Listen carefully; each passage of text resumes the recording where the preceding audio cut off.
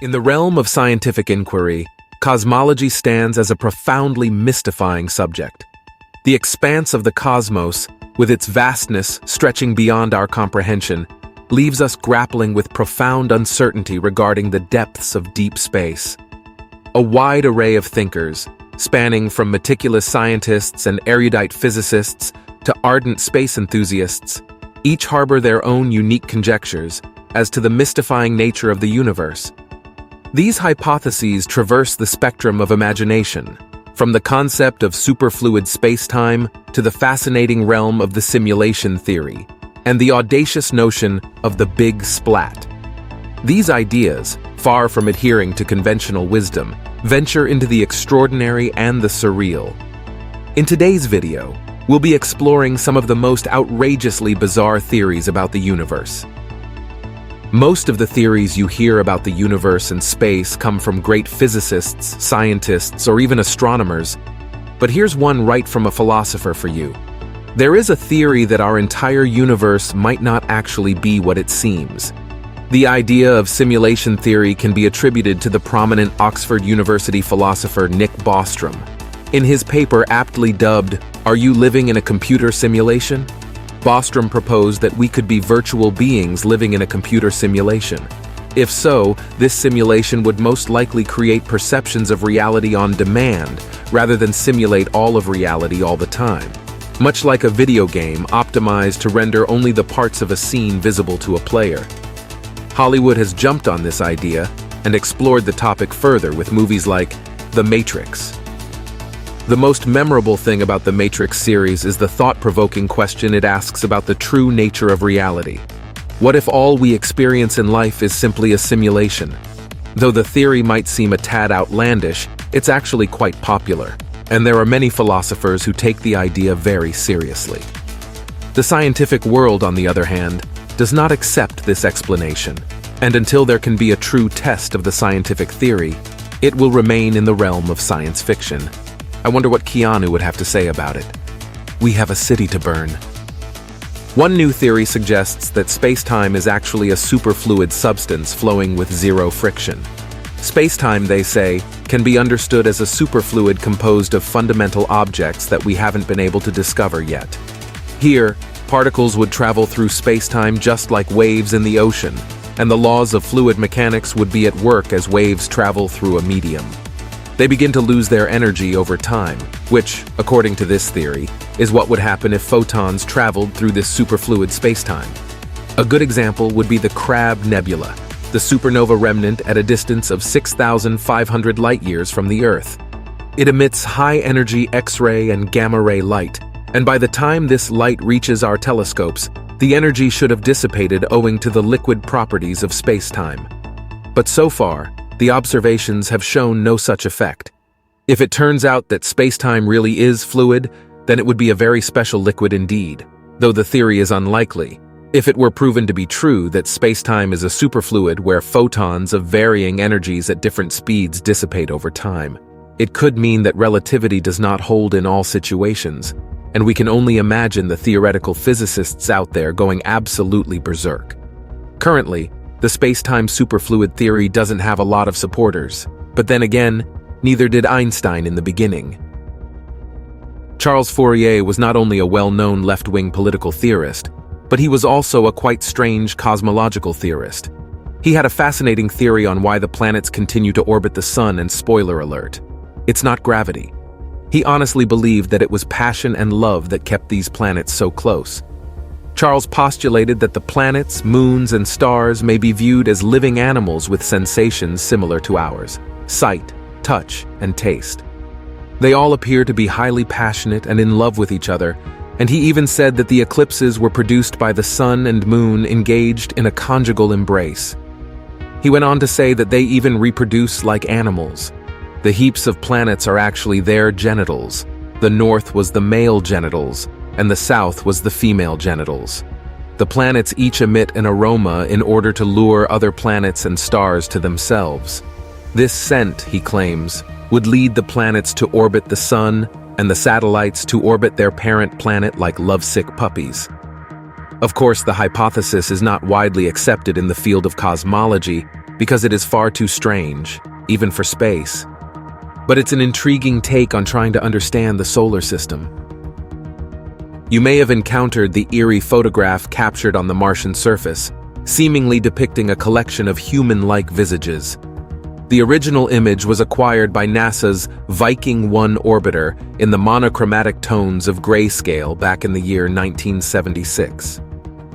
Almost instinctively, a fraction of enthusiasts leaped to the conjecture that these enigmatic formations might be indicative of extraterrestrial presence on the Crimson Planet.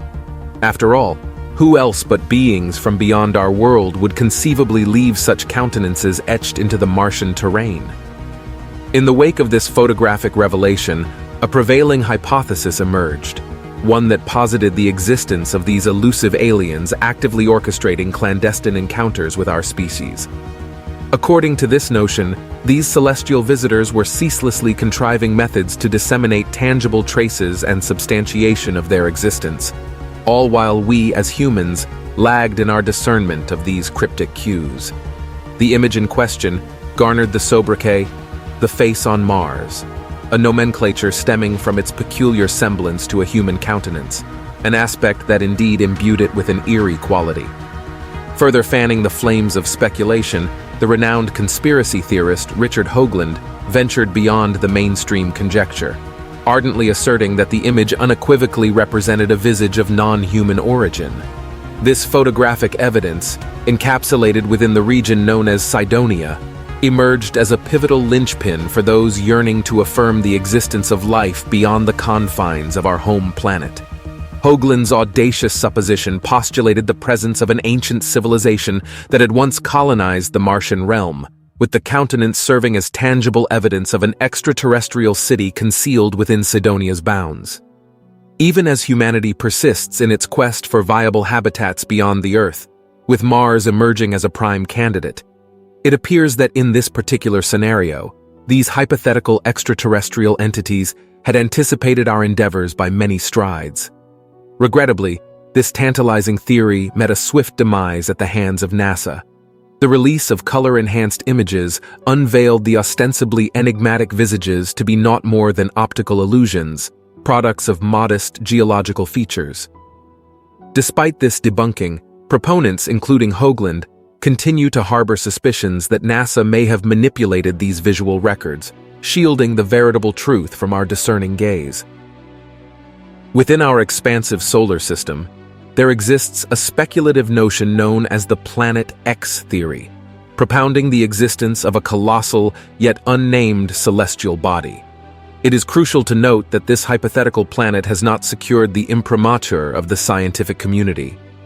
Nevertheless, a cohort of believers asserts that an elusive entity with an immense orbital path and an extraordinarily potent magnetic pole discreetly orbits within our solar system. The implications of such a clandestine presence are nothing short of remarkable, if not profoundly dubious. The proponents of this theory, a group resolute in their convictions, point to a series of irregular climatic phenomena and seismic disturbances on Earth as substantiating evidence. They contend that the enigmatic Planet X harbors an influential effect on our planet's dynamics, potentially serving as a harbinger of ominous events.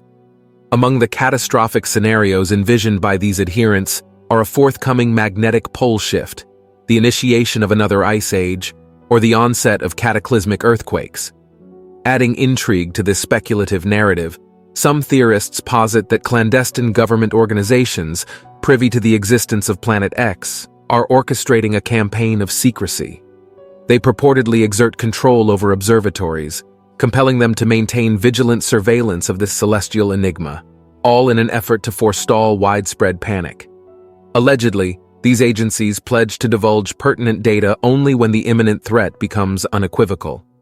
Nonetheless, the scientific community, particularly astronomers, has expeditiously refuted this theory. They assert that the existence of a concealed supergiant planet within our solar system would be an untenable proposition, one fundamentally irreconcilable with the principles of astrophysics.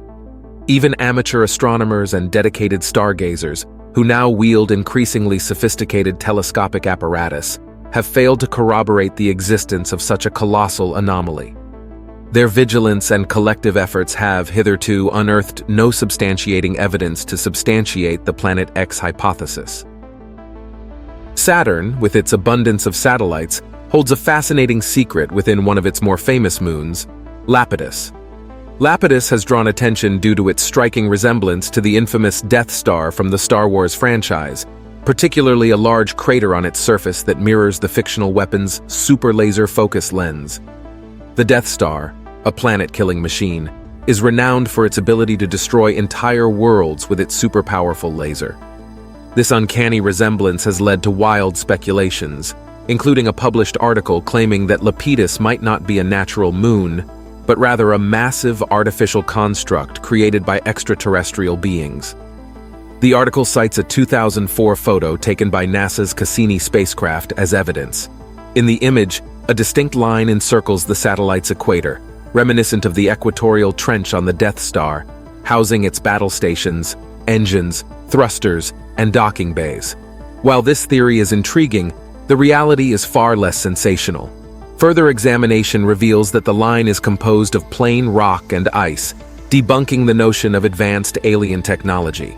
Cassini has conducted numerous flybys of the moon without encountering any lasers, leading us to conclude that this theory, though imaginative, is unlikely to hold water. Remember Goldilocks from The Three Bears, and how she found the delicious bowl of porridge that was just right for her, neither too hot nor too cold after tasting the 3 bowls of porridge? Well, there is a theory about the universe being named after it, just like Goldilocks.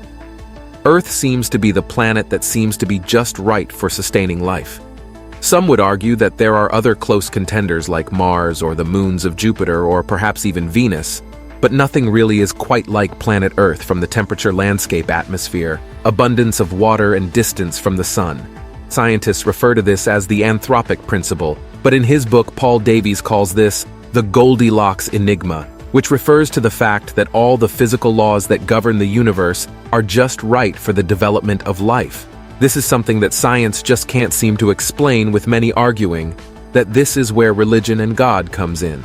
Intelligent design is also being named as one of the explanations that says there is a higher intelligence that chose to make the universe the way it is.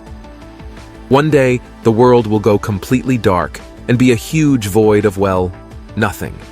This may sound like a very morbid thought at first, but in fact, for the universe, it seems like the end is just the beginning of a new universe.